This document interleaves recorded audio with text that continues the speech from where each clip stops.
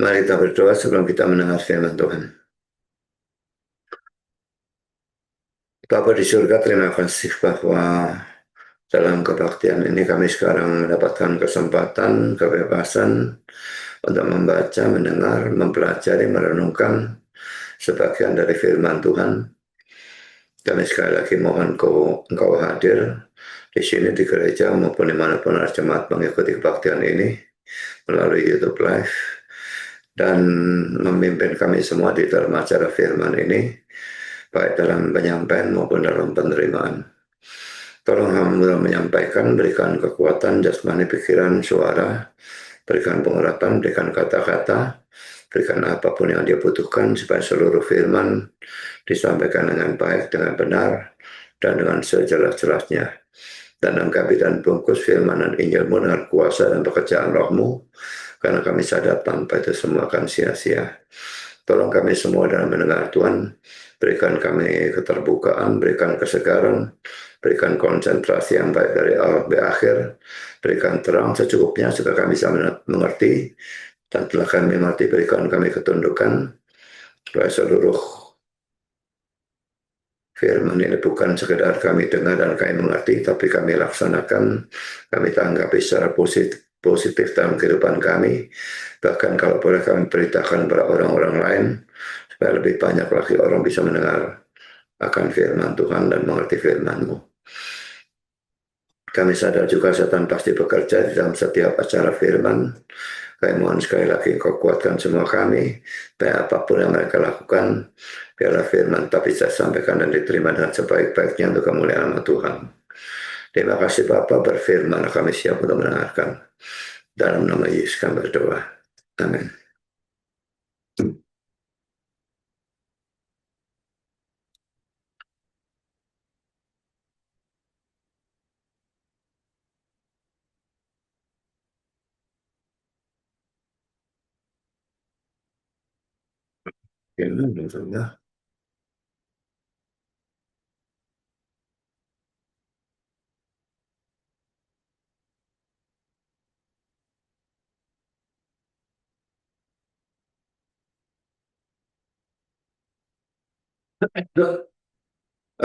Bacaan hari ini sangat panjang ya.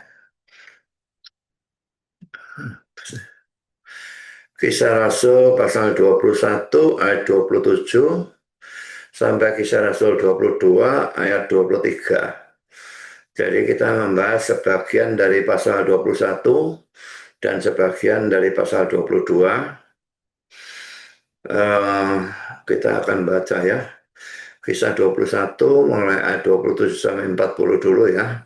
Nanti kita sambung dengan kisah 22-nya. Ketika masa 7 hari itu sudah hampir berakhir, orang-orang Yahudi yang datang dari Asia melihat Paulus di dalam bait Allah, lalu mereka menghasut rakyat dan menangkap dia sampai berteriak, "Hai orang-orang Israel, tolong! Inilah orang yang dimana-mana mengajar semua orang untuk menentang bangsa kita dan menentang hukum Taurat dan tempat ini. Dan sekarang ia membawa orang-orang Yunani pula ke dalam bait Allah dan menajiskan tempat suci ini. Sebab mereka telah melihat Trofimus dari Efesus sebelumnya bersama-sama dengan Paulus di kota, dan mereka menyangka bahwa Paulus telah membawa dia ke dalam bait Allah. Maka gempala seluruh kota dan rakyat datang berkerumun, lalu menangkap Paulus dan menyeretnya keluar dari bait Allah, dan seketika itu juga semua pintu gerbang bait Allah ditutup. Sementara mereka merencanakan untuk membunuh dia, sampailah kabar kepada kepala pasukan bahwa seluruh Yerusalem gempar. Kepala pasukan itu segera bergerak dengan prajurit-prajurit dan perwira-perwira dan maju mendapatkan orang banyak itu. Ketika mereka melihat dia dan prajurit-prajurit itu, berhentilah mereka memukul Paulus. Kepala pasukan itu mendekati Paulus, menangkapnya dan menyuruh mengikat dia dengan 2 rantai, lalu bertanya siapakah dia dan apakah yang telah diperbuatnya. Tapi dari antara orang banyak itu ada yang meneriakkan kabarnya ini, ada pula yang meneriakkan itu. Dan oleh karena keributan itu, ia tidak dapat mengetahui apakah yang sebenarnya terjadi. Sebab itu ia menyuruh membawa Paulus ke markas Ketika sampai ke tangga, Paulus terpaksa didukung prajurit-prajurit karena berdesak-desaknya orang banyak yang berbondong-bondong mengikuti dia sambil berteriak anyah karena dia. Ketika Paulus hendak dibawa masuk ke markas, ia bertanya kepada kepala pasukan itu, bolehkah aku mengatakan sesuatu kepadamu? Jawabnya, tahukah engkau bahasa Yunani? Jadi engkau bukan orang Mesir itu yang baru-baru ini menimbulkan pemberontakan dan melarikan 4.000 orang pengacau bersenjata ke padang gurun. Paulus menjawab, aku adalah orang Yahudi dari Tarsus, warga dari kota yang terkenal di Kilikia.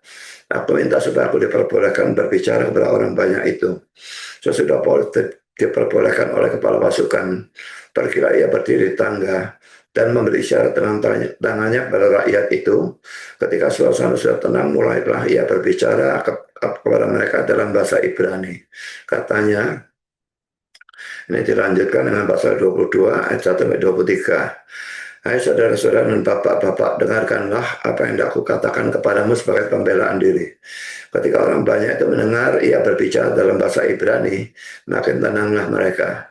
Ia berkata, aku adalah orang Yahudi, lahir di Tarsus di tanah Kilikia, tetapi dibesarkan di kota ini, dididik dengan teliti di bawah pimpinan Gamaliel dalam hukum nenek moyang kita, sehingga aku menjadi seorang yang giat bekerja bagi Allah, sama seperti kamu semua pada waktu ini. Dan aku telah menganiaya pengikut-pengikut jalan Tuhan sampai mereka mati. Laki-laki dan perempuan kutangkap dan kuserahkan ke dalam penjara. Tentang hal itu, baik imam besar maupun majelis tua-tua dapat memberi kesaksian. Dari mereka aku telah membawa surat-surat untuk saudara di Damsyik, dan aku telah pergi ke sana untuk menangkap penganut-penganut jalan Tuhan yang terdapat juga di situ dan membawa mereka ke Yerusalem untuk dihukum. Tapi dalam perjalananku ke sana, ketika aku sudah dekat Damsyik, yaitu pada waktu tengah hari, tiba-tiba memancarlah cahaya yang menyilaukan dari langit mengelilingi aku. Maka rebahlah aku ke tanah dan aku mendengar suatu suara yang berkata kepadaku, Pak Saulus, Saulus, mengapa engkau menganiaya aku? Jawabku, siapakah engkau Tuhan? Katanya, akulah Yesus orang Nazaret yang kau aniaya itu. Dan mereka yang menyertai aku memang melihat cahaya itu, tapi suara dia yang berkata kepadaku tidak mereka dengar. Maka kataku, Tuhan, apakah yang harus kuperbuat? Kata Tuhan kepadaku, bangkitlah dan pergilah ke Damsyik. Di sana akan diberitahukan kepadamu segala sesuatu yang ditugaskan kepadamu. Dan karena aku tidak dapat melihat oleh karena cahaya menyilaukan mata itu, maka kawan-kawan seperjalananku memegang tanganku dan menuntun aku ke Damsyik. Di situ ada seorang bernama Ananias, seorang saleh yang menurut hukum Taurat dan terkenal baik di antara semua orang Yahudi yang ada di situ. Ia datang berdiri dekatku dan berkata, Saulus, saudaraku, bukalah matamu dan melihatlah. Dan seketika itu juga aku melihat kembali dan menatap dia. Lalu katanya, Allah nenek moyang kita telah menetapkan engkau untuk mengetahui kehendaknya, untuk melihat yang benar, dan untuk mendengar suara yang keluar dari mulutnya. Sebab engkau harus menjadi saksinya terhadap semua orang tentang apa yang kau lihat tadi yang kau dengar. Dan sekarang mengapa engkau masih ragu-ragu? Bangunlah, berilah dirimu dibaptis dan dosa-dosamu disucikan sampai berseru kepada nama Tuhan. Sesudah aku kembali di Yerusalem dan ketika aku sedang berdoa di dalam bait Allah, rohku diliputi oleh kuasa ilahi. Aku melihat dia yang berkata kepadaku, lekaslah, segeralah tinggalkan Yerusalem, sebab mereka tidak akan menerima kesaksianmu tentang aku. Jawabku, Tuhan, mereka tahu bahwa akulah yang pergi dari rumah ibadat yang satu ke rumah ibadat yang lain, dan yang memasukkan mereka yang percaya kepadamu ke dalam penjara, dan menyesah mereka. Dan ketika darah Stefanus saksimu itu ditumpahkan, aku ada di situ dan menyetujui perbuatan itu, dan aku menjaga bagian mereka yang membunuhnya. Tapi kata Tuhan kepadaku, pergilah, sebab aku mengutus engkau jauh dari sini kepada bangsa-bangsa lain. Rakyat mendengarkan Paulus sampai kepada perkataan itu, tapi sesudah itu mereka mulai berteriak, katanya, enyahkan orang ini dari muka bumi. Ia tidak layak hidup. Mereka terus berteriak sambil melemparkan jubah mereka dan menghamburkan debu ke udara. Saudara, bacaan hari ini menunjukkan kefanatikan dari orang-orang Yahudi non-Kristen pada saat itu. Fanatik itu ada dua macam ya. ada fanatik yang benar dan ada fanatik yang salah. Dan kefanatikan mereka adalah kefanatikan yang salah. Kalau kefanatikan yang benar itu sebetulnya semua orang Kristen itu harus fanatik. Dan fanatik yang benar itu dalam arti mereka betul-betul serius di dalam mengikut Tuhan, dalam melayani Tuhan, di dalam belajar firman Tuhan, dalam memberitakan Injil dan sebagainya, juga dalam ketaatan dan sebagainya lah ya. Tapi yang terutama pada waktu mereka menerapkan firman Tuhan itu, mereka harus menerapkan secara seimbang. Itu fanatisme yang benar. Tapi nanti kita akan lihat kefanatikan yang salah ini. Mereka menekankan firman Tuhan, tetapi secara sangat tidak seimbang. Satu ditekankan, satu diabaikan. Nah, itu kefanatikan yang salah, dan itu juga menyebabkan kesesatan juga. Sekarang saya lanjutkan ya. Di dalam Kisah Rasul 21 ayat 17 sampai dengan 26 sudah kita pelajari bahwa pada saat itu terjadi ketegangan antara orang-orang Yahudi Kristen dan Paulus. Yakobus dan tua-tua gereja Yerusalem lalu mengusulkan supaya Paulus berkompromi dengan mereka, dan Paulus menuruti usul itu. Tetapi sekarang setan bekerja dalam orang-orang Yahudi yang non-Kristen dan menggunakan kefanatikan mereka untuk menghancurkan Paulus. Sekarang kita bahas hal yang pertama, hal-hal yang dilakukan oleh orang Yahudi non-Kristen. Pertama, saudara, mereka memfitnah Paulus dan menghasut orang banyak untuk melawan atau membunuh Paulus. Ini ada dalam pasal 21 ayat 27-28, lalu loncat ke ayat 38 ya. Saya bacakan, ketika masa 7 hari itu sudah hampir berakhir, orang-orang Yahudi yang datang dari Asia melihat Paulus di dalam bait Allah. Lalu mereka menghasut rakyat dan menangkap dia.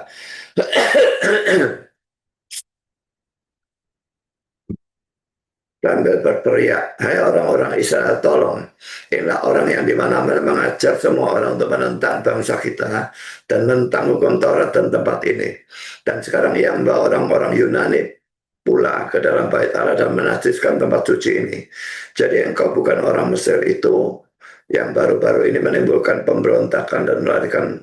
Ini kok kayaknya itu 38 yang benar-benar ya.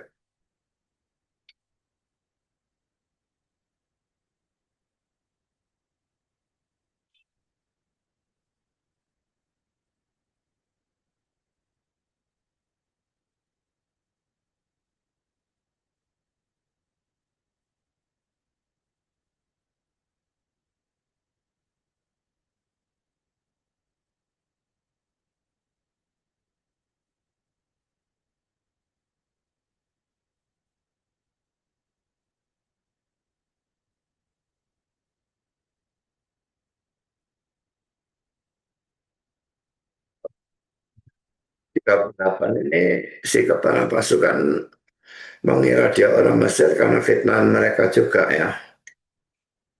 Jadi ini ayat 38, jadi engkau bukan orang Mesir itu yang baru-baru ini menimbulkan pemberontakan dan melarikan 4.000 orang pengacau bersenjata ke padang gurun. Sekarang saudara, poin A dalam pasal 21 ayat 28 dikatakan bahwa mereka memfitnah Paulus dengan tuduhan-tuduhan sebagai berikut. Pertama, menentang bangsa Yahudi. Kedua, menentang hukum Taurat. Ketiga, menentang tempat ini, yaitu bait Allah. Dan keempat, menajiskan bait Allah dengan membawa orang Yunani ke sana. Yang tujuan ini ya, yang tujuan ini yang nomor 4 ini terjadi hanya karena mereka terlalu cepat menyimpulkan. Mereka hanya melihat Paulus ada di Yerusalem bersama Simon Trofimus yang adalah seorang Yunani, dan mereka lalu menyimpulkan, ini menyimpulkan terlalu cepat ya, bahwa Paulus membawa Trofimus ke dalam bait Allah. Ini pasal 21 ayat 28 29. Saya bacakan lagi. Dan sekarang ia membawa orang-orang Yunani pula ke dalam bait Allah dan menyajiskan tempat suci ini. Sebab mereka telah melihat Trofimus dari Efesus sebelumnya bersama-sama dengan Paulus di kota, dan mereka menyangka bahwa Paulus telah membawa dia ke dalam bait Allah. Ini kan konyol ya, hanya melihat Paulus dan seorang Yunani yang namanya Trofimus di dalam kota Yerusalem. Mereka menyangka Paulus membawa orang itu ke dalam bait Allah. Hanya melihat di dalam kota, menyangka dibawa ke dalam bait Allah. Ini sesuatu kegilaan sebetulnya. Jadi saudara, ini hati-hatilah dalam menyimpulkan sesuatu. Misalnya begitu saudara melihat seorang laki-laki pergi bersama dengan seorang perempuan, selalu menyimpulkan bahwa mereka berpacaran, main gila, berzina, dan sebagainya. Ini jelas menyimpulkan terlalu cepat dan terlalu jauh. Ya, kita tidak tahu apa alasan orang laki itu pergi bersama dengan orang perempuan itu. Kalau tidak tahu, jangan menyimpulkan, apalagi menyebarkan berita itu. Saudara, saya punya satu pengalaman dengan saudara Isra ya. Isra itu sering nginap di Surabaya. Kalau dia ada pelayanan dan sebagainya. Dan dia bisa, saya tahu biasanya dia nginap di satu hotel tertentu. Lalu saya bilang di dekat gerejaku ada hotel. Kelihatannya hotelnya bagus dan kelihatannya murah. Apa kamu tidak mau coba? Nah, lalu dia bilang oke, dia mau. Nah, saya antarkan dia ke hotel itu naik mobil saya. Dan mobil saya berhenti di depan hotel. Dia masuk ke dalam hotel, lalu tanya. Bentar lagi dia keluar sambil cengengesan gitu ya. Dan dia bilang, ini hotel hanya untuk part-time. Saya ngerti hotelnya untuk part-time ya. Jadi ya part-time itu biasanya hanya 3 jam, hanya untuk main, lalu pergi lagi. Jadi bukan hotel untuk orang minat biasa, tapi hotel untuk part-time ya. Nah, sekarang kalau orang melihat kami berdua, pendeta dua-dua, ada di depan hotel yang untuk part-time, mereka bisa mengira yang tidak-tidak kan. Padahal kami tidak ngapa-ngapain. Saya tidak mengerti apa-apa hotel itu hotel part-time. Dan Esta juga tidak tahu juga, apalagi dia orang tukang. Nah, saya tidak pernah mengerti hal-hal model seperti itu. Jadi saudara, jangan hanya karena melihat sesuatu lalu terlalu cepat menyimpulkan. Karena itu seringkali menimbulkan salah paham, menjadikan itu suatu fitnah dan itu suatu dosa. Jadi jangan main-main dengan hal seperti itu ya. Sekarang poin B saudara, Kisah Rasul 21 ayat 38 menunjukkan bahwa saat itu ada gosip atau fitnah tentang Paulus yang sebetulnya sama sekali tidak pernah ada. Ini ada cerita yang dikarang atau diciptakan oleh orang-orang yang kurang ajar. Nah, ini fitnah yang luar biasa jahat ya. Menciptakan betul-betul cerita yang sama sekali tidak ada. Kalau tadi itu fitnah dalam arti ada sesuatu yang dilebih-lebihkan. Kalau ini sama sekali tidak ada, diciptakan suatu fitnah yang baru. Ya, ini yang tadi saya bingung kenapa itu dikutip ya. Kisah 21 ayat 38. Jadi engkau bukan orang Mesir itu yang baru-baru menimbulkan pemberontakan dan melarikan 4.000 orang pengacau bersenjata ke padang gurun. Jadi saudara, ini banyak ya orang memfitnah itu betul-betul menciptakan cerita yang tidak pernah ada dan menceritakan dengan begitu meyakinkan sehingga orang percaya saja apa yang sebetulnya tidak ada. Di dalam kalangan TikTok saya punya banyak musuh ya, eh, khususnya dalam persoalan karena saya percaya predestinasi dan penetapan segala sesuatu tanpa kecuali yang memang merupakan ajaran dari orang-orang reform. Dan saya sering berdebat tentang hal itu dengan orang-orang yang ada di dalam TikTok, dengan Erben, dengan Kiamat, dan dengan banyak orang berdebat tidak secara formal.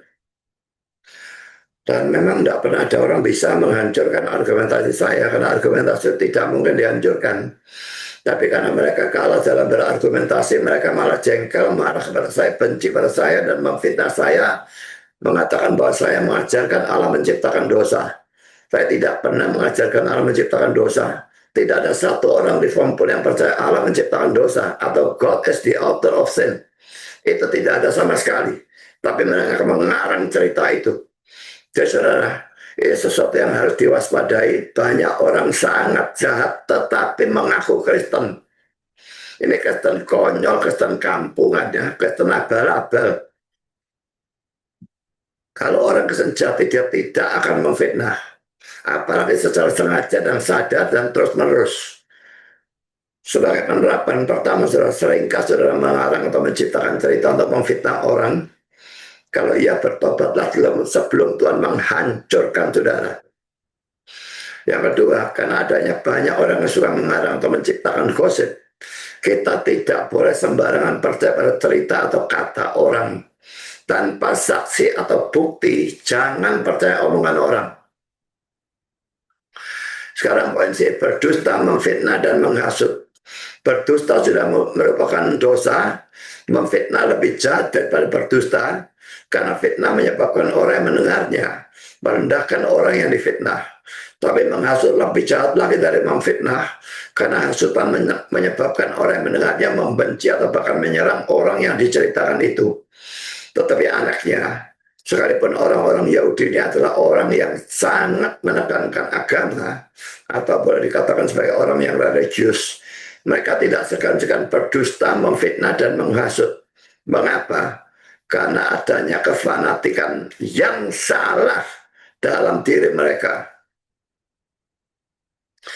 Fanatisme yang benar itu bagus dan akan membangun kerajaan Allah. Fanatisme yang salah itu membawa kita dalam dosa yang sangat buruk. Karena itu hati-hati dengan fanatisme ini ya. Kalau saudara fanatik yang mana? Itu yang perlu dipersoalkan. Karena poin yang kedua, mereka beramai-ramai menangkap Paulus dan mau membunuhnya.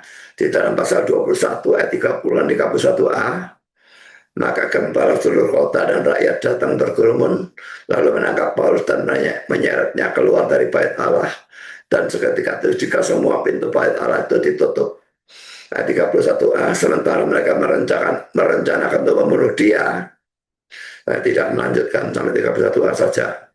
Poin A, orang banyak yang beramai-ramai itu sebagian besar hanya ikut-ikutan saja tanpa mengerti persoalan yang sebenarnya.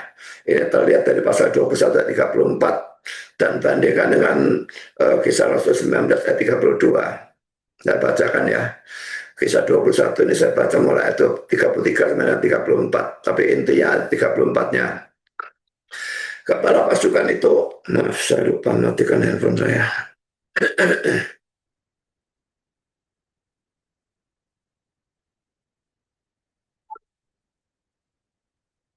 Kepala pasukan itu mendekati Paulus, mengangkatnya dan menyuruh mengikat dia dengan 2 rantai. Lalu bertanya siapakah dia dan apakah yang telah diperbuatnya. Ayat 34, tetapi dari antara orang banyak itu ada yang meneriakkan kepadanya ini, ada pula yang meneriakkan itu. Dan oleh karena keributan itu, ia tidak dapat mengetahui apa yang sebenarnya terjadi. Sebab itu ia menyuruh membawa Paulus ke markas. Jadi saudara, sama seperti kalau orang demo, orang membuat keributan, mereka seringkali kumpul dan ikut demo, ikut membuat keributan tanpa tahu apa alasan dari demo atau keributan itu. Seperti ini, meneriakan ini, meneriakan itu. Mereka tidak tahu apa, cuma ikut-ikutan. Jangan ikut-ikutan pada orang dengan orang-orang yang melakukan keributan atau demo, kecuali saya memang tahu apa alasannya dan alasan itu bisa dipertanggungjawabkan, maka baru boleh ikut. Seperti kalau yang di Medan barusan ini, tahu-tahu wali kota yang melarang orang jualan babi hanya karena bulan Ramadan. Mereka tidak mau makan babi, jangan makan babi, ngapain ngurusi orang lain yang makan babi. Maka seluruh Medan demo, bahkan bawa babi sebanyak-banyaknya. Kalau saya menganggap demo itu benar, wali kotanya yang tidak beres dan menurut saya dia yang seharusnya dipecat. Dalam hal seperti itu orang kita boleh ikut demo. Lalu saudara kisah Rasul 19 ayat 32, sementara itu orang yang berkumpul di dalam gedung itu berteriak-teriak, laki-laki teriak, yang seorang mengatakan ini dan yang lain mengatakan itu, sama seperti yang tadi di atas. Sebab kumpulan itu kacau balau dan kebanyakan dari mereka tidak tahu untuk apa mereka berkumpul. Sedikit saja yang tahu menghasut banyak orang, semua ikut tanpa tahu apa tujuannya dan apa urusannya. Jujur aja, sembarangan ikut-ikutan orang banyak, apalagi tanpa mengetahui duduk perkaranya sebenarnya. Misalnya ikut-ikutan membenci atau mengecam seseorang yang dikecam atau dibenci oleh orang banyak. Satu dibenci orang banyak, belum tentu yang satu yang salah. Bisa orang banyak yang salah.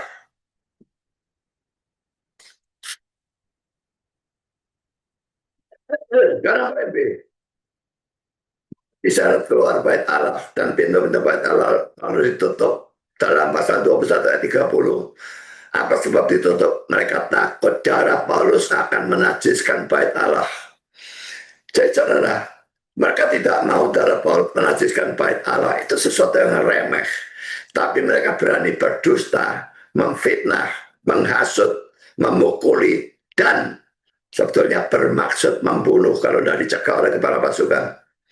Ya, jadi dosa remeh mereka perhatikan, dosa besar banyak mereka tidak pedulikan.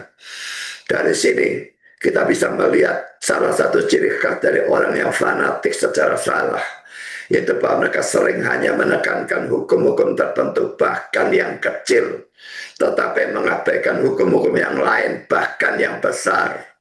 Bandingkan dengan kata-kata Yesus dalam Matius 23 ayat 23 dan 24. Celakalah kamu hai ahli-ahli Taurat dan orang-orang Farisi, hai kamu orang-orang munafik, sebab persepuluhan dari selasih, adat manis, dan jintan kamu bayar. Tapi yang terpenting dalam hukum Taurat kamu abaikan, yaitu keadilan dan belas kasihan dan kesetiaan. Yang satu harus kamu lakukan, dan yang lain jangan diabaikan. Jadi seharusnya dilakukan dua-duanya kan, dari kata-kata ini ya. Lalu ayat 24, hai kamu pemimpin-pemimpin buta, nyamuk kamu tapiskan dari dalam minumanmu, tapi unta yang di dalamnya kamu telan. Nyamuk kecil ditapiskan, dibuang, unta di dalamnya kamu telan. Ini memang kayak bahasa Hyperbole, tentu saja bagaimana orang menelan unta. Tapi saudara tahu maksudnya ya, nyamuk kecil dibuang tapi yang besar malah ditelan. Jadi di sini kita melihat ya, mereka itu membayar persembahan persepuluhan. Tentu saja itu sesuatu yang bagus. Tapi perhatikan persembahan persepuluhan dari apa? Persepuluhan dari selasih, adas manis, dan jintan. Ini kamu bayar. Nah, selasih, adas manis, dan jintan itu bukan tanaman yang ditanam secara meluas seperti sawah beberapa hektar, tidak ada seperti itu. Ini tanaman rumah saudara. Kalau saudara misalnya punya tanaman lombok, 2 pohon, buahnya tidak tahu berapa ratus biji gitu ya, atau saya punya pohon sirikayan atau buahnya berapa puluh biji, pohon-pohon seperti itu, orang-orang Farisi dan ahli Taurat ini, mereka membayar persepuluhan sampai hal-hal yang sekecil-kecilnya. Jadi di sini ada ketaatan terhadap hukum Taurat yang memang mengharuskan pembayaran hukum persembahan persepuluhan. Tapi mereka mentaati sampai sekecil-kecilnya.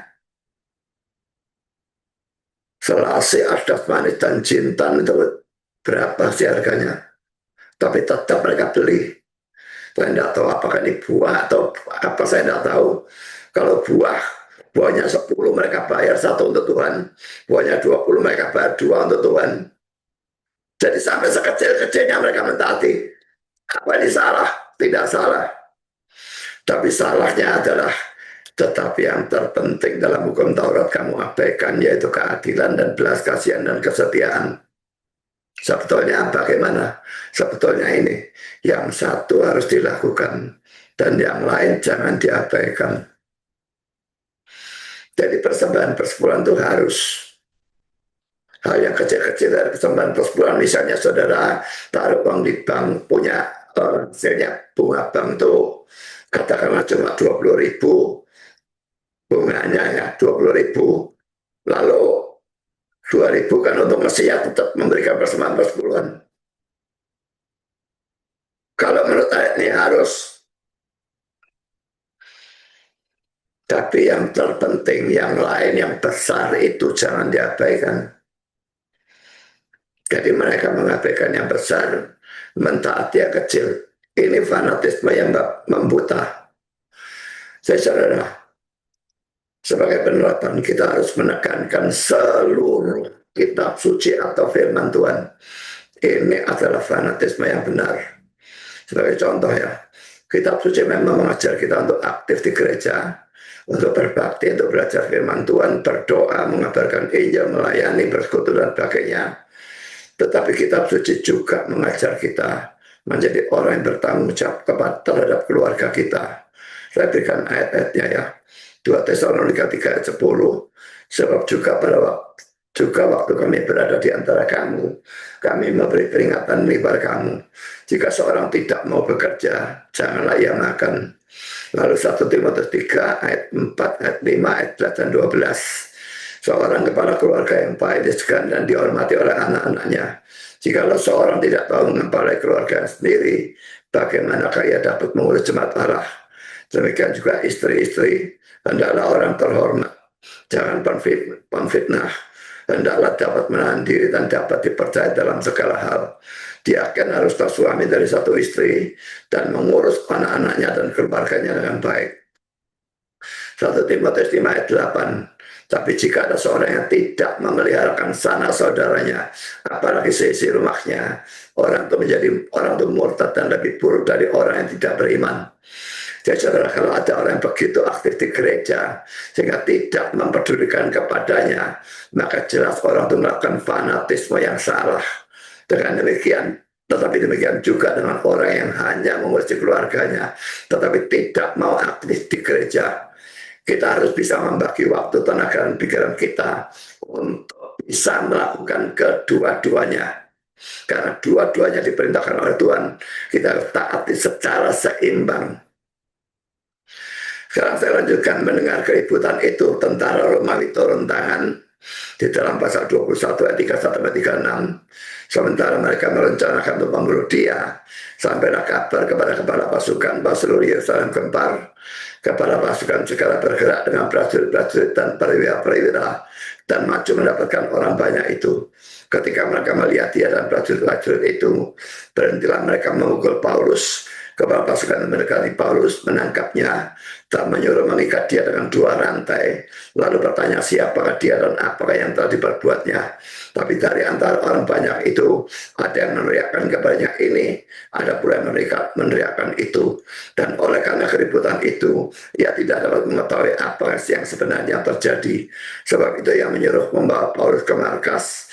Ketika sampai ke tangga, Paulus terpaksa didukung prajurit-prajurit karena berdesak-desaknya orang banyak yang berbondong-bondong mengikuti dia sambil berteriak kenyah karena dia. Saudara, pertama, Kisah 21 ayat 32 menunjukkan bahwa orang Yahudi berani membunuh tanpa rasa takut kepada Allah.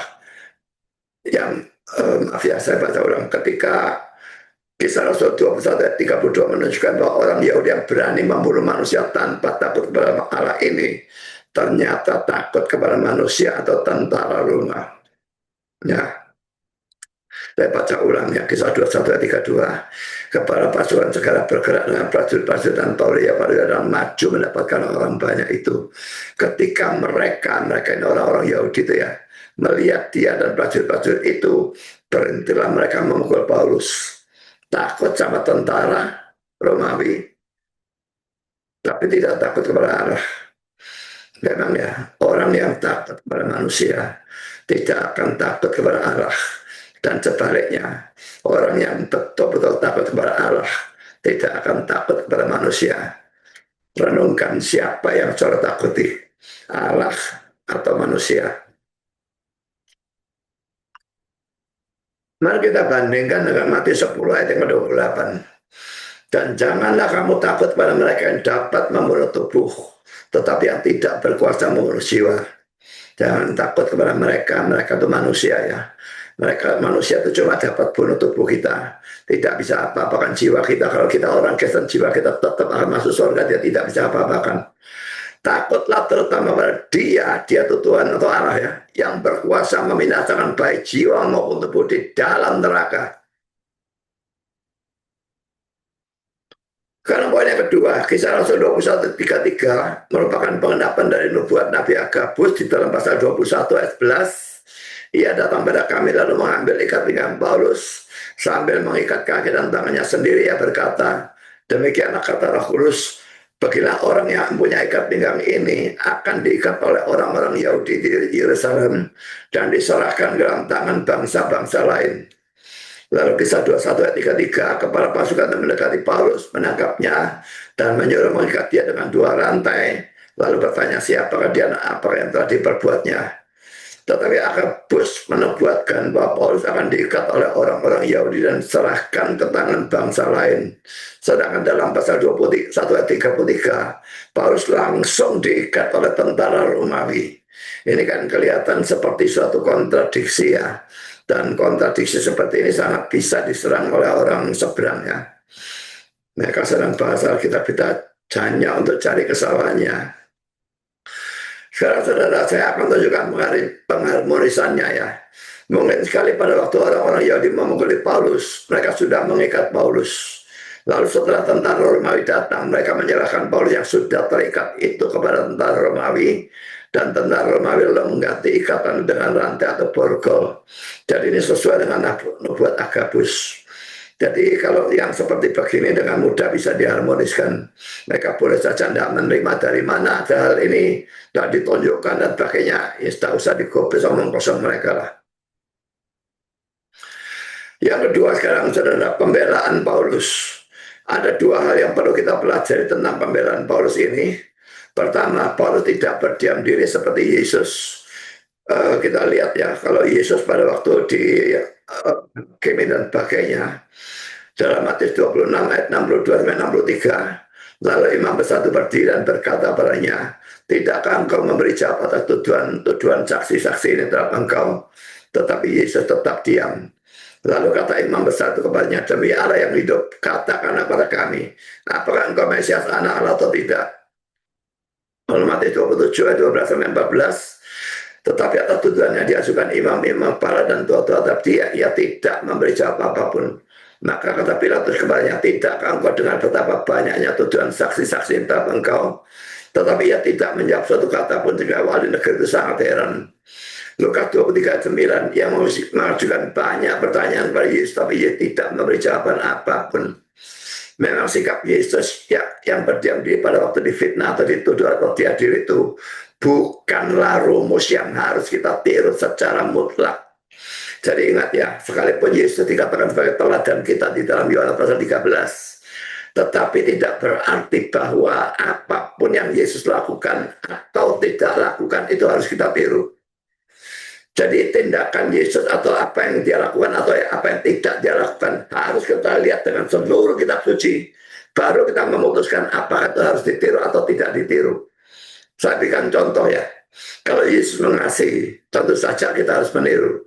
Karena Alkitab memang seluruhnya mengajarkan kasihlah sesamamu dan kasih musuhmu dan sebagainya. Tapi pada waktu Yesus itu misalnya tidak kawin, bahkan tidak pernah pacaran, kalau kita meniru ya, orang Kristen habis dalam 2 generasi. Juga kalau Yesus puasa 40 hari 40 malam, apakah kita harus meniru? Calvin bahkan mengatakan kalau ada orang Kristen meniru, itu orang itu gila. Saya tidak berani mengatakan gila. Tapi yang jelas saya tidak setuju kalau orang meniru saja Yesus puasa 40 hari 40 malam. Itu cerita itu memang terjadi. Tapi itu bukan rumus dalam kehidupan kita. Saudara, ada saat di mana kita harus berdiam diri seperti Yesus dalam menghadapi tuduhan atau fitnah.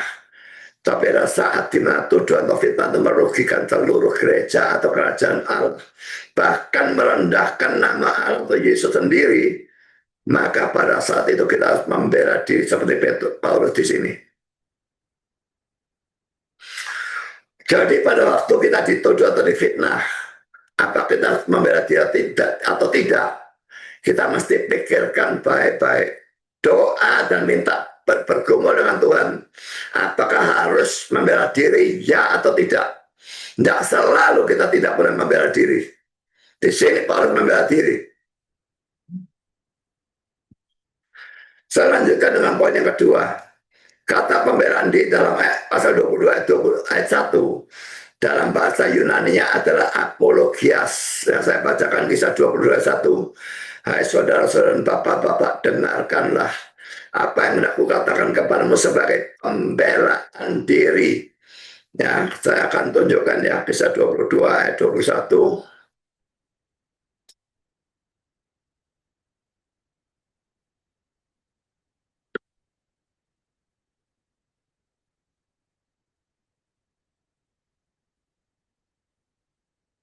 pembelaan diri, ini defense, ya, ini juga defense. Coba lihat King James-nya, apologia,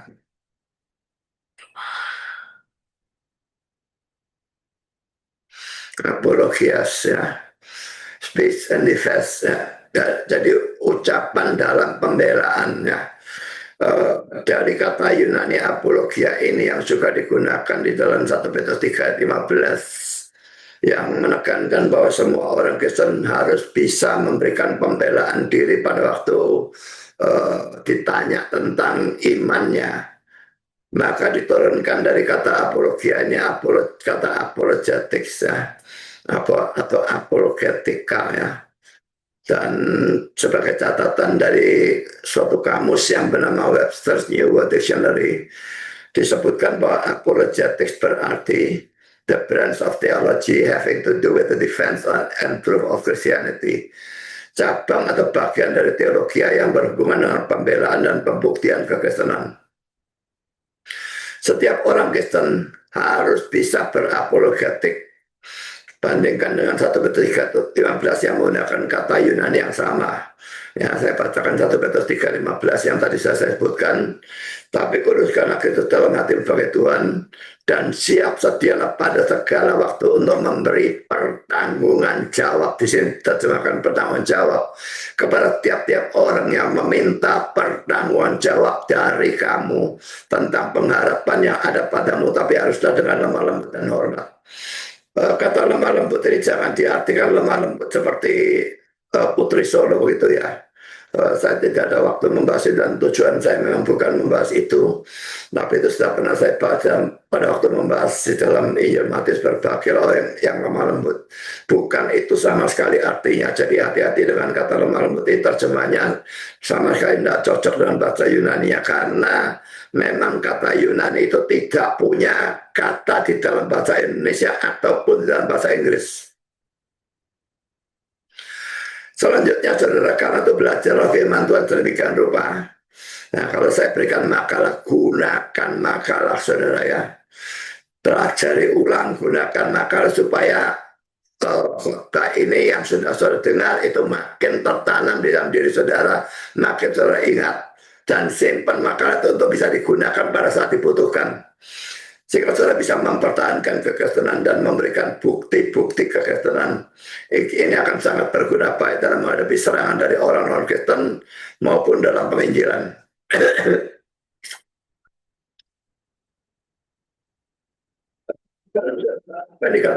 Sebagai pembelaan, poin pertama, poin A, mula-mula dia menceritakan tentang dirinya sebelum dia bertobat menjadi Kristen. Ini kesaksiannya tentang Kisah Rasul 9, pertobatannya itu, ya. Di sini dia memberikan kesaksian tentang hal itu. Nanti ada lagi dalam pasal 26 dia memberikan kesaksian lagi. Jadi kesaksian betul-betul penuh itu ada dalam dua ini, tapi kesaksian yang kecil-kecil itu ada di dalam banyak ayatnya. Sekarang saya akan bacakan Kisah 22 3-5. Aku adalah orang Yahudi lahir di Tarsus di tanah Kilikia, tapi dibesarkan di kota ini, dididik dengan teliti di bawah pimpinan Gamaliel dalam hukum nenek moyang kita, sehingga aku menjadi seorang yang giat bekerja bagi Allah sama seperti kamu semua pada waktu ini. Dan aku telah menganiaya pengikut-pengikut jalan Tuhan kekristenannya, sampai mereka mati. Laki-laki dan perempuan kutangkap dan kuserahkan ke dalam penjara. Tentang hal itu baik imam besar maupun majelis tua-tua dapat memberi kesaksian. Dari mereka aku telah membawa surat-surat untuk saudara di Damsyik, dan aku telah pergi ke sana untuk menangkap penganut-penganut jalan Tuhan yang terdapat juga di situ, dan membawa mereka ke Yerusalem untuk dihukum.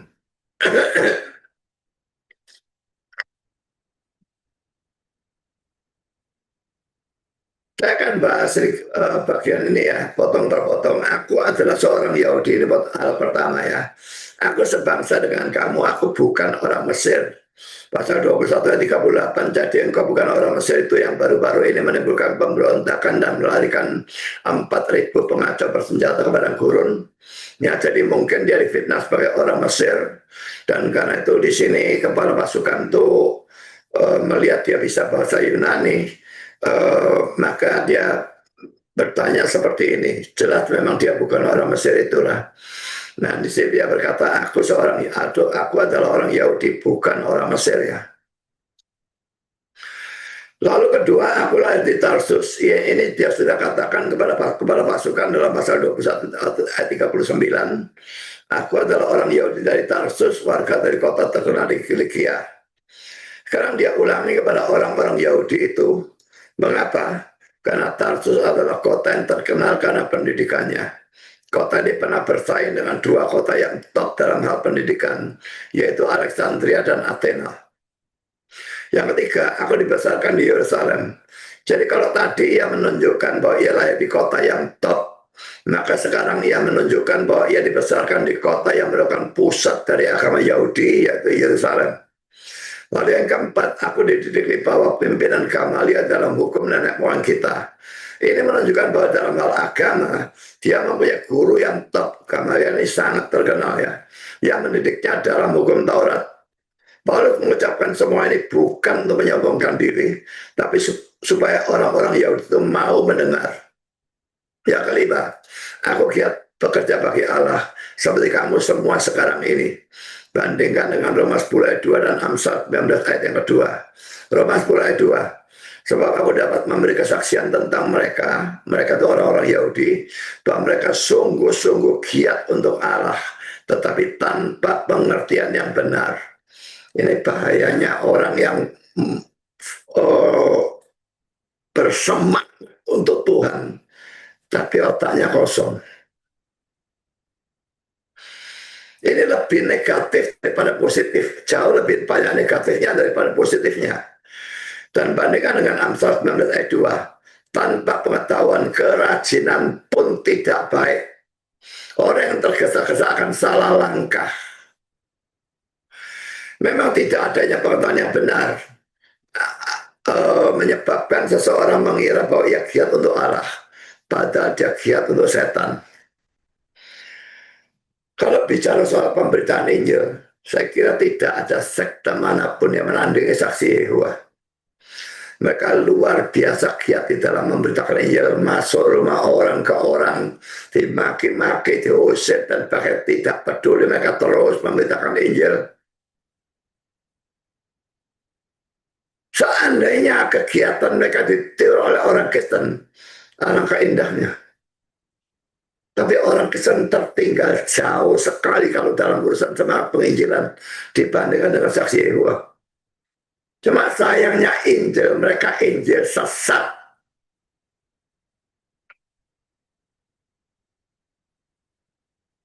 Jadi saudara, ini menimbulkan kerusakan, bukan menimbulkan kebaikan.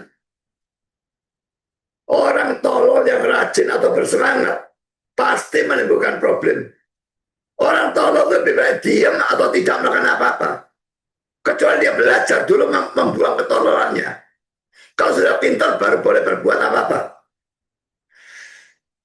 Karena terajinlah dan tekunlah dalam belajar dan membaca firman Tuhan, supaya saudara mendapatkan pengetahuan yang benar. Tetapi ada banyak orang Kristen berkebalikan dengan orang-orang Yahudi saat itu. Mereka mempunyai banyak pengertian firman Tuhan, tapi mereka sama sekali tidak mempunyai semangat untuk giat bekerja bagi Tuhan. Sama salahnya, saudara. Apa gunanya pengetahuan kalau tidak digunakan untuk Tuhan? Kalau saudara adalah orang seperti itu, bertobatlah. Poin ke-6, kegiatanku adalah membunuh orang-orang Kristen. Pasal 22, 4 dan 5. Dan aku telah menganiaya pengikut-pengikut jalan Tuhan sampai mereka mati. Laki-laki dan perempuan kutangkap dan kuserahkan ke dalam penjara. Tentang hal itu baik imam besar maupun majelis tua-tua dapat memberi kesaksian. Dari mereka aku telah membawa surat-surat unsur-unsur di Damsyik. Dan aku telah pergi ke sana untuk menangkap penganut-penganut jalan Tuhan yang terdapat juga di situ dan membawa mereka ke Yerusalem untuk dihukum. Tentang hal ini imam besar dan majelis tua-tua bisa menjadi saksi, mereka tahu hal itu. Sekarang poin B, lalu Paulus menceritakan tentang pertobatannya di dalam pasal 22 ayat 6 sampai dengan 16. Tapi dalam perjalananku ke sana, Ketika aku sudah dekat Damsyik, yaitu waktu tengah hari, tiba-tiba memancarlah cahaya yang menyilaukan. Perhatikan ya, cahaya dari mana? Dari langit. Bukannya Yesus turun menampakkan diri kepada dia, tidak. Ya, Yesusnya menampakkan diri dari langit, ya, mengelilingi aku. Maka rebahlah aku ke tanah dan aku mendengar suatu suara yang berkata kepadaku, Saulus, Saulus, mengapa engkau menganiaya aku? Jawabku, siapakah engkau Tuhan? Katanya, akulah Yesus orang Nazaret yang kau aniaya itu. Dan mereka yang menyertai aku memang melihat cahaya itu, tapi suara dia yang berkata padaku tidak mereka dengar. Maka kataku, Tuhan, apakah yang harus ku perbuat? Kata Tuhan kepadaku, bangkitlah dan pergilah ke Damsyik. Di sana akan diberitahukan kepadamu segala sesuatu yang ditugaskan kepadamu. Dan karena aku tidak dapat melihat oleh karena cahaya yang menyilaukan mata itu, maka kawan-kawan seperjalananku memegang tanganku dan menuntun aku ke Damsyik. Di situ ada seorang bernama Ananias, seorang saleh yang menurut hukum Taurat. Yang menurut hukum Taurat dan terkenal baik di antara semua orang Yahudi yang ada di situ. Ia datang berdiri dekatku dan berkata, Saulus saudaraku, bukalah matamu dan melihatlah. Dan seketika juga aku melihat kembali menatap dia. Lalu katanya, Allah nenek moyang kita telah menetapkan engkau untuk mengetahui kehendaknya, untuk melihat yang benar dan untuk mendengar suara yang keluar dari mulutnya. Sebab engkau harus menjadi saksinya terhadap semua orang tentang apa yang kau lihat dan yang kau dengar. Dan sekarang mengapakah engkau masih ragu-ragu?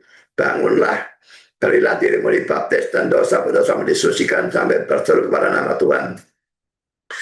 Kalau tadi dalam pasal 22 ayat 3-5, Paulus menceritakan tentang dirinya sebelum bertobat, yang menunjukkan persamaan antara dia dengan orang-orang Yahudi pada saat itu. Maka sekarang dia menceritakan tentang pertobatannya, yang menunjukkan perbedaannya dengan orang-orang Yahudi itu. Ada beberapa hal yang ditekankan di dalam cerita ini. Pertama, saudara, menganiaya orang Kristen yang sungguh-sungguh sama dengan menganiaya Tuhan sendiri. Perhatikan pasal 22 ayat 7 dan 8. Maka rebahlah aku ke tanah dan aku mendengar suatu suara yang berkata kepadaku, Saulus, Saulus, mengapakah engkau menganiaya siapa? Aku. Yesusnya bukan berkata, Saulus, Saulus, mengapakah engkau menganiaya orang Kristen atau pengikut-pengikutku? Tidak. Mengapakah engkau menganiaya aku? Jadi dia mengidentikan ya, penganiayaan terhadap orang Kristen itu sama dengan penganiayaan terhadap Yesusnya sendiri. Jadi orang-orang yang beragama lain, yang anti Kristen dan sebagainya, hati-hati dengan kalian ya. Kalian menganiaya orang Kristen. Sekarang di negara ini kalian mayoritas. Kalian bisa menganiaya orang Kristen. Tetapi pada saat kalian mati, kalian harus bertanggung jawab pada Yesus, Raja di atas segala Raja, Tuhan di atas segala Tuhan, Hakim dari semua umat manusia di dunia ini, dari zaman Adam sampai kiamat, termasuk kalian. Pada saat itu kalian akan kencing-kencing karena ketakutan. Jangan main-main. Jawabku, siapakah engkau Tuhan? Katanya, akulah Yesus orang Nazaret yang kau aniaya itu. Ini merupakan peringatan bagi orang-orang Yahudi yang menganiaya dan mau membunuh Paulus. Karena menganiaya dan membunuh dia sama dengan menganiaya dan membunuh Yesus sendiri. Ini juga perlu diperhatikan ya, akulah Yesus orang Nazaret yang kau aniaya itu ya. Jadi jelas sekali melalui ayat itu bahwa sikap kita terhadap orang Kristen merupakan sikap kita terhadap Tuhan sendiri. Karena orang Kristen itu satu dengan Tuhan ya. Jadi apapun sikap baik atau sikap buruk terhadap orang Kristen sama dengan sikap baik atau buruk terhadap Tuhannya sendiri. Yang kedua, pertobatannya terjadi melalui serangkaian mujizat. Poin A, adanya penglihatan dan pendengaran yang merebahkannya dan membutakannya. Di dalam pasal 22 ayat 6 sampai 9 lalu ayat 11. Tapi dalam perjalananku ke sana, ketika aku sudah dekat Damsyik, yaitu waktu tengah hari, tiba-tiba memancar cahaya menyilaukan dari langit mengelilingi aku. Maka rebahlah aku ke tanah dan aku mendengar suatu suara yang berkata padaku, Saulus, Saulus, mengapakah engkau menganiaya aku? Jawabku, siapakah engkau Tuhan? Katanya, akulah Yesus orang Nazaret yang kau aniaya itu. Dan mereka yang menyertai aku memang melihat cahaya itu, tapi suara dia yang berkata kepadaku tidak mereka dengar.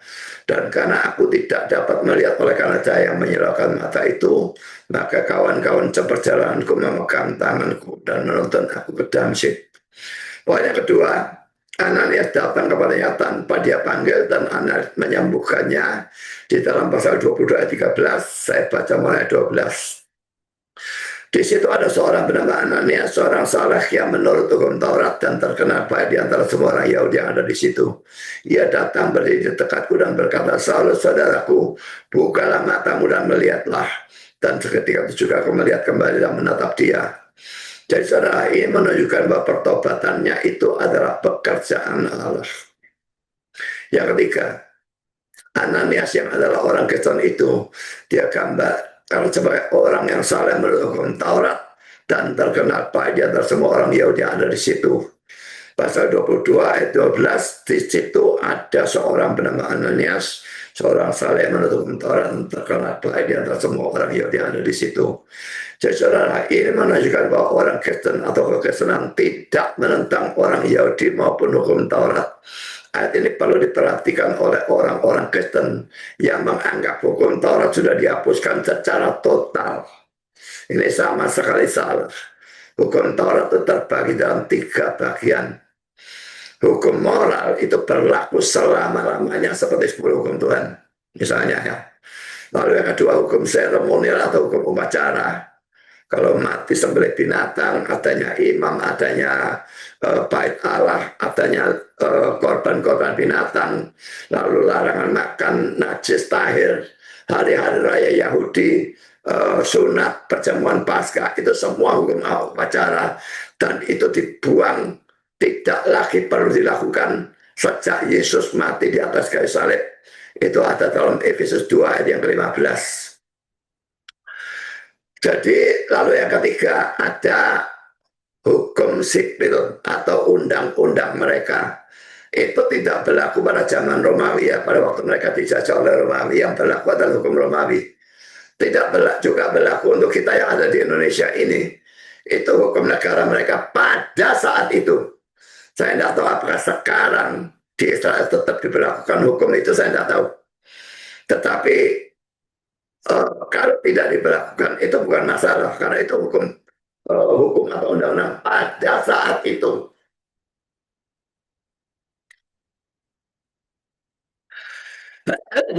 Jadi mengatakan hukum Taurat dihapuskan secara total, ini ngawur habis-habisannya.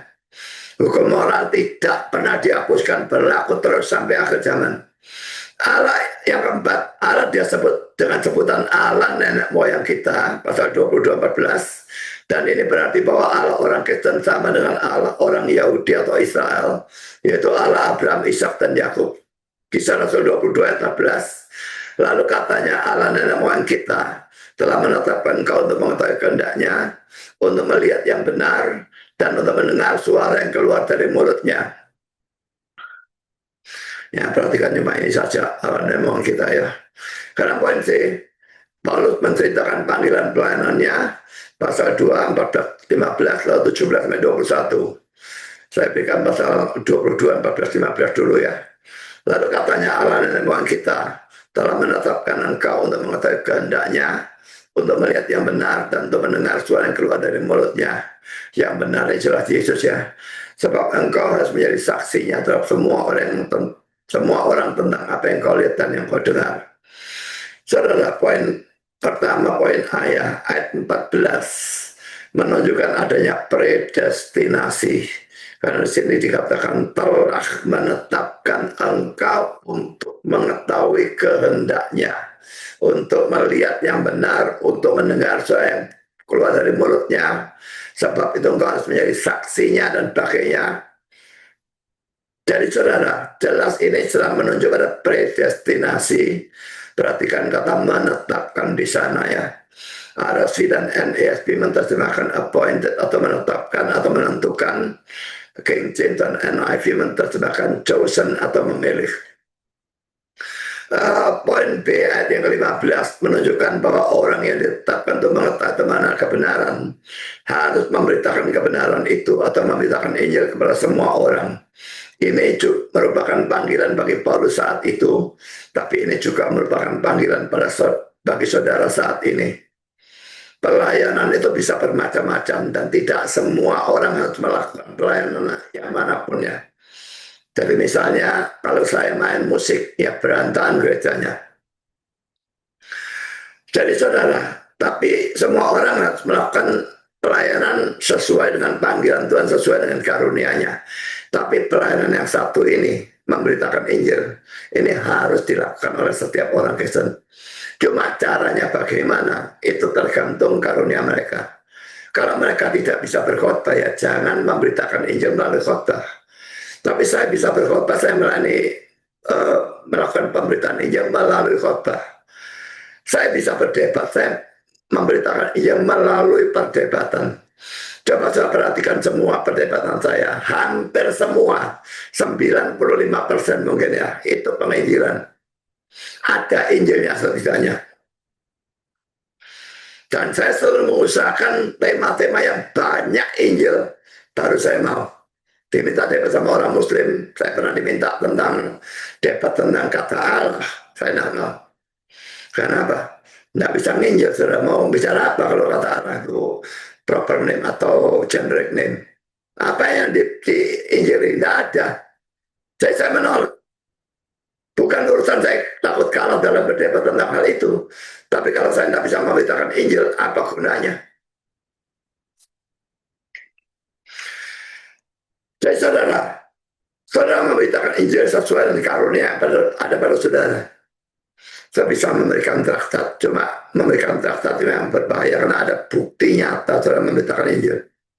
Dan di dalam negara kita ini, memang satu hukum konyol melarang menginjili orang yang beragama lain. Kalau di Malaysia hanya dilarang menginjili orang yang Muslim. Muslim menginjili Kristen boleh, Kristen menginjili Muslim tidak boleh. Tapi kalau Kristen menginjili Hindu, Buddha dan sebagainya boleh. Di negara kita menginjili orang yang beragama apapun tidak boleh.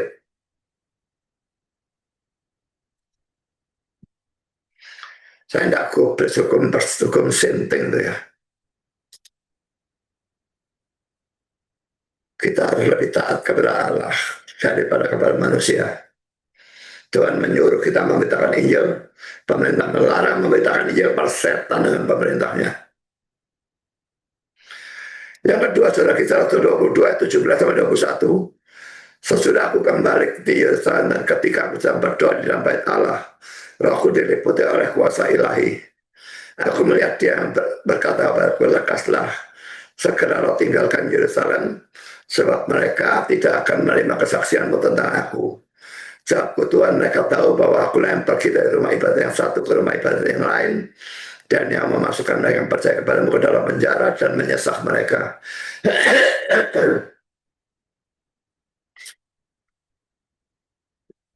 Dan ketika darah Stefanus, saksimu itu ditumpahkan, aku ada di situ dan menyetujui perbuatan itu, dan aku menjaga pakaian mereka yang membunuhnya.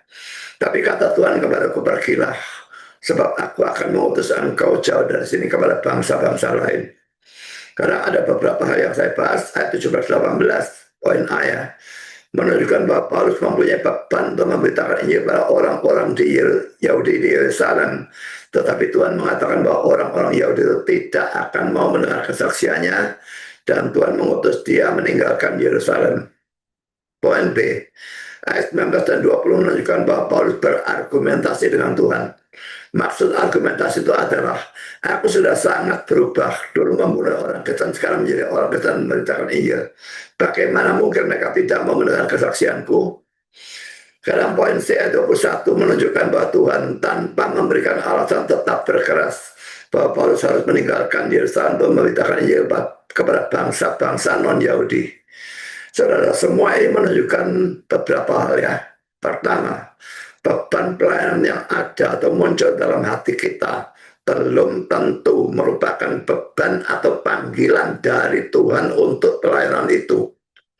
Ini sama dengan cerita dalam 2 Samuel 7 ayat 1 sampai 17, di mana Daud mempunyai beban untuk mendirikan bait Allah. Tapi Tuhan mengatakan bahwa Salomo lah anak Daud ya yang harus membangun bait Allah itu. Saya bacakan 2 Samuel 7 sampai 17. Ketika raja telah menetap di rumahnya dan Tuhan telah mengaruniakan keamanan kepada terhadap semua musuhnya di sekeliling. Berkatalah raja pada Nabi Nathan, lihatlah, aku ini diam dalam rumah dari kayu aras, pada tabut Tuhan, tabut Allah diam di bawah tenda. Lalu berkatalah Nathan kepada raja, baik, lakukanlah segala sesuatu yang dikandung hatimu, sebab Tuhan menyertai engkau. Tapi pada malam itu juga datanglah firman Tuhan kepada Nathan demikian, pergilah katakan kepada hamba-Ku Daud, bagilah firman Tuhan, masakan engkau yang mendirikan rumah bagiku untuk diami? Aku tidak pernah diam dalam rumah sejak aku menonton orang Israel dari Mesir sampai hari ini. Tetapi aku selalu mengembara dalam kemah sebagai kediaman. Selama aku mengembara bersama-sama seluruh orang Israel, pernahkah aku mengucapkan firman kepada salah seorang hakim orang Israel yang gue perintahkan untuk mengembalakan umat Israel demikian?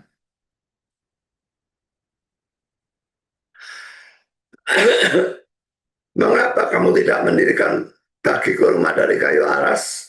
Oleh sebab itu bagilah kau katakan kepada hamba-Ku Daud, bagilah firman Tuhan semesta alam, aku yang mengambil engkau dari padang ketika menggiring kambing domba untuk menjadi raja atas umatku Israel.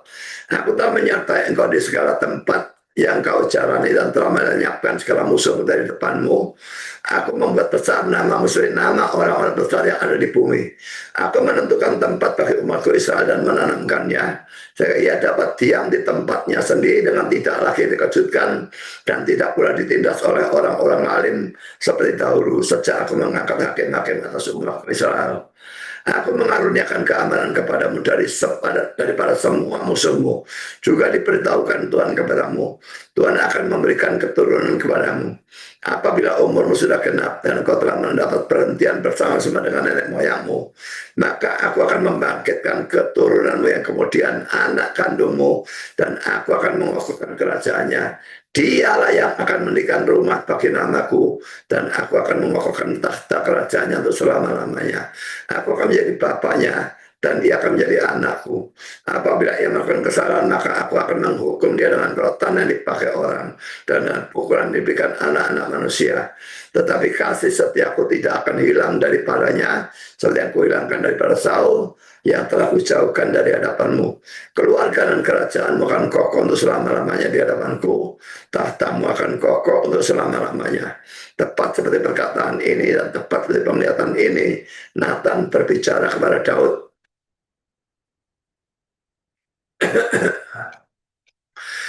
Karena itu kalau saudara mempunyai beban dalam hati saudara untuk melakukan suatu pelayanan atau melakukan apapun untuk Tuhan, jangan terlalu cepat beranggapan bahwa kehendak Tuhan. Banyaklah bergumul dalam doa supaya Tuhan itu menunjukkan apakah itu memang dari Tuhan atau tidak.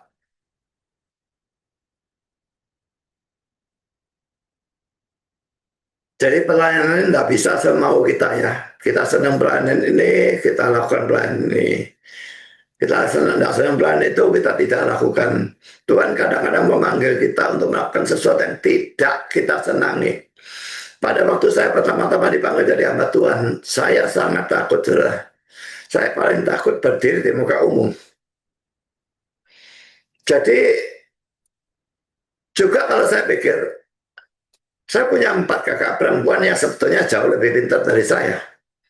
Kenapa bukan mereka yang dipanggil? Kenapa saya yang dipanggil? Tapi saya dalam pergumulan saya yakin Tuhan memanggil saya menjadi hamba Tuhan. Ya, lalu saya mentaati dia dan sekarang saya tahu itu adalah panggilan yang paling cocok untuk saya. Tidak ada yang lebih cocok daripada panggilan menjadi hamba Tuhan.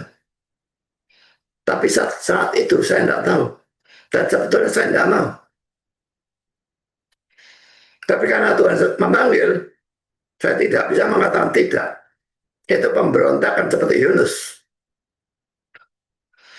Jadi akhirnya saya mentaati dia dalam panggilan itu dan menjadi hamba Tuhan. Dan sekarang baru saya tahu bahwa semua itu cocok. Yang paling cocok untuk panggilan saya sebagai hamba Tuhan. Tidak ada yang lebih cocok. Sekarang poin yang kedua, Paulus tidak anti Yahudi. Ini ditunjukkan dari keinginan untuk melayani bangsanya. Tapi Tuhan yang melarangnya. Karena memang Tuhan itu sudah menetapkan ya, tiap orang itu punya pelayanan yang Tuhan kehendaki. Paulus dia kehendaki untuk melayani bangsa-bangsa lain, itu tujuannya. Sekalipun setiap kali di suatu tempat Paulus selalu menginjili Yahudi dulu, baru kalau ditolak baru dia pergi ke bangsa lain. Sedangkan Petrus, Yakobus, dan Yohanes itu tujuannya untuk bangsa Yahudi. Jadi ada bagian-bagian yang sudah Tuhan tetapkan di dalam pelayanan masing-masing. Jadi tidak bisa kita melakukan semau kita sendiri kepada bangsa siapa saya mau pergi dan sebagainya. Melayani di kota atau di daerah desa dan sebagainya itu juga harus dikumpulkan. Melayani di negara mana itu juga harus dikumpulkan.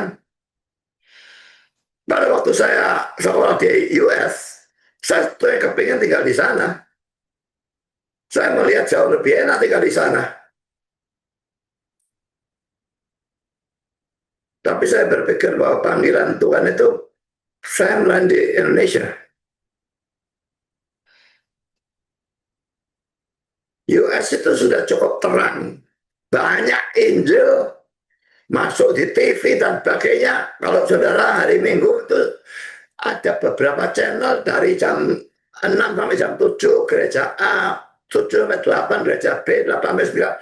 Itu beberapa gereja dalam satu channel, channel lain, gereja lain lagi, channel lain, gereja lain. Banyak sekali. Memang ada yang sesat, ada yang benar, tapi yang jelas Injil sudah tersebar di sana. Tapi Indonesia tidak. Jadi beban saya harus untuk Indonesia, karena tidak mungkin bersinar di tempat yang terang, itu akan konyol. Saya harus bersinar di tempat yang gelap. Karena itu saya tidak menuruti keinginan saya untuk tinggal di sana.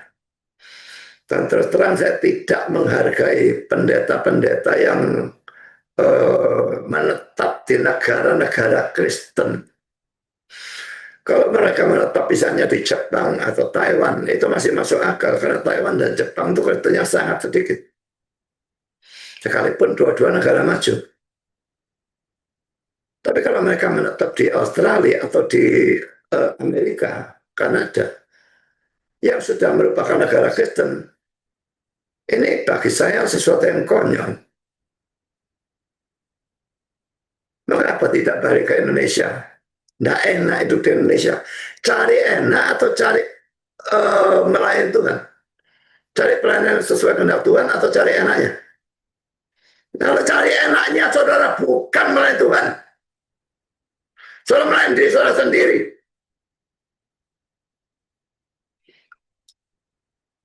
Saya lanjutkan dengan poin yang ketiga. Reaksi orang-orang Yahudi, khotbah atau pembelaan diri Paulus dipotong oleh kemarahan orang-orang Yahudi itu dalam pasal 22. Rakyat mendengarkan Paulus sampai kepada perkataan itu. Tapi sudah itu mereka mulai berteriak, katanya, enyahkan orang itu dari muka bumi, ya tidak layak hidup. Pertama, saudara, pada waktu Paulus membela diri, dia pasti dipimpin oleh Roh Kudus sesuai dengan janji Tuhan dalam Matius 10 ayat 17 sampai dengan 20. Saya akan bacakan. Tetapi waspada terhadap semua orang, karena ada yang akan menyerahkan kamu kepada majelis agama, dan mereka akan menyesah kamu di rumah ibadatnya. Dan karena kamu akan dikirim ke muka penguasa-penguasa dan raja-raja sebagai suatu kesaksian bagi mereka dan bagi orang-orang yang tidak mengenal Allah. Apabila mereka menyerahkan kamu, janganlah kamu khawatirkan bagaimana dan akan apa yang harus kamu katakan. Karena semuanya itu akan dikaruniakan kepadamu pada saat itu juga. Karena bukan kamu yang berkata-kata, melainkan Roh Bapakmu. Dia yang akan berkata-kata di dalam kamu. Nah, jadi ayat 19 dan 20 yang saya tekankan ya. Tetapi toh dia gagal mempertobatkan orang-orang Yahudi itu. Karena itu kalau saudara melihat seseorang gagal mempertobatkan pendengarnya dalam satu pemberitaan iya atau KKR, jangan terlalu cepat mengambil kesimpulan bahwa orang itu tidak diurapi oleh Tuhan. Dia jelas dipimpin oleh Roh Kudus, tetapi tidak bertobat, mereka malah marah. Yang kedua, orang-orang Yahudi menjadi marah karena kata-kata Paulus secara implisit menunjukkan bahwa Pak Allah berpaling dari orang-orang Yahudi kepada orang-orang non-Yahudi, atau setidaknya bahwa Allah mau menerima orang-orang non-Yahudi sama seperti orang-orang Yahudi. Kefanatikan mereka pada fakta bahwa mereka adalah bangsa pilihan dalam perjanjian lama ya, menyebabkan mereka menjadi marah ketika mereka mendengar kata-kata Paulus itu. Ini mengakibatkan kebinasaan mereka sendiri. Sebagai penutup saudara, fanatisme yang salah bisa terjadi dalam berbagai macam bentuk dan bisa terjadi dalam diri orang Kristen yang sejati sekalipun. Misalnya, pertama, fanatisme pada gereja atau pendeta tertentu. Saudara bisa saja, boleh saja menyenangi pendeta itu karena pendeta itu khotbahnya bagus dan sudah mendapatkan berkat pengertian firman, boleh. Tapi saudara fanatik secara membuta terhadap pendeta itu, tidak peduli dia salah atau benar, dia harus benar. Ini sama sekali tidak bisa diterima. Lalu yang kedua, fanatisme pada aliran atau ajaran tertentu. Kalau saudara punya aliran atau ajaran apapun, dan dalam satu perdebatan ternyata aliran saudara atau ajaran saudara tidak bisa dipertahankan, apa saudara buang atau tetap pertahankan? Sangat banyak orang debat dengan saya, reform dengan ajaran lain, Armenia atau apapun lah, ortodoks atau apa. Dan mereka jelas hancur kalah dalam perdebatan itu, tapi tetap mempertahankan aliran atau ajaran mereka. Ini kefanatikan yang jelas-jelas salah dan bodoh. Ini akan menyebabkan kesesatan pada diri mereka. Kalau ada orang bisa mengalahkan saya dalam berdebat tentang teologi reform, dan saya belajar lagi, debat lagi, kalah lagi, belajar lagi, debat lagi, kalah lagi. Kalau saya merasa reform itu tidak bisa dipertahankan secara alkitabiah, buat apa saya terima terus, saya pegang terus, saya akan buang. Dan saya akan ganti. Tapi sampai sekarang itu belum pernah terjadi. Sampai sekarang itu ajaran reform itu teruji di dalam debat melalui tentang dengan siapapun. Kalau debat tentang ajaran reform, saya tidak bilang debat tentang hal yang lain. Tapi debat tentang ajaran reform, saya tidak pernah dikalahkan dalam debat tentang ajaran reform. Dan karena itu ya saya pertahankan terus. Kalau dia bisa mengalahkan, itu lain cerita. Nggak pernah ada bisa dikalahkan. Yang ketiga, fanatisme pada praktek atau tradisi tertentu. Ini gereja Katolik, gereja Ortodoks, yang satu pakai patung, yang satu pakai ikon. Sudah jelas-jelas itu bertentangan dengan Alkitab.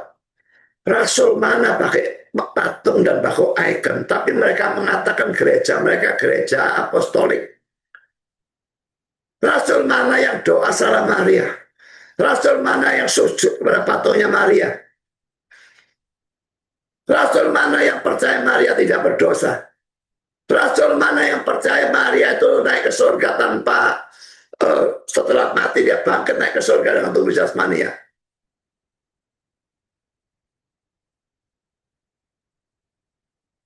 Tidak ada semuanya, karena memang tidak ada dalam Alkitab. Tapi tetap dipercaya dan dipertahankan mati-matian. Dan orang yang seperti itu sekali sesat pasti akan makin lama makin sesat, karena dia mempertahankan kesesatan itu secara sadar dan sengaja. Bahwa kita harus menghindari fanatisme yang salah tidak berarti bahwa kita boleh ikut Tuhan dengan setengah hati ya. Pandangan Matius 22 ayat 37, jawab Yesus kepadanya, kasihlah Tuhan Allahmu dengan segenap hatimu dan dengan segenap jiwamu dan dengan segenap akal budimu. Apakah setengah-setengah? Tidak, segenap. Jadi hidup bagi Tuhan, belajar firman, atau melayani, atau memberitakan Injil, atau berkhotbah, atau apapun itu, segenap hati, segenap jiwa, segenap akal budiku, bukan setengah hati. Tuhan tidak senang dengan orang Kristen yang suam-suam kuku, dan kalau saudara tidak bertobat dari kesuaman saudara, dia akan memuntahkan saudara dari mulutnya. Wahyu 3 ayat 15-16, aku tahu segala pekerjaanmu, engkau tidak dingin dan tidak panas. Alangkah baiknya jika engkau dingin atau panas. Jadi karena engkau suam-suam kuku dan tidak dingin atau panas, aku akan memuntahkan engkau dari mulutku. Karena saudara, ikutlah Tuhan dengan fanatisme yang benar dan fanatisme yang sungguh-sungguh mati-matian, yaitu dengan menekankan seluruh kitab suci atau firman Tuhan secara seimbang. Maukah saudara? Tuhan memberkati saudara. Amin.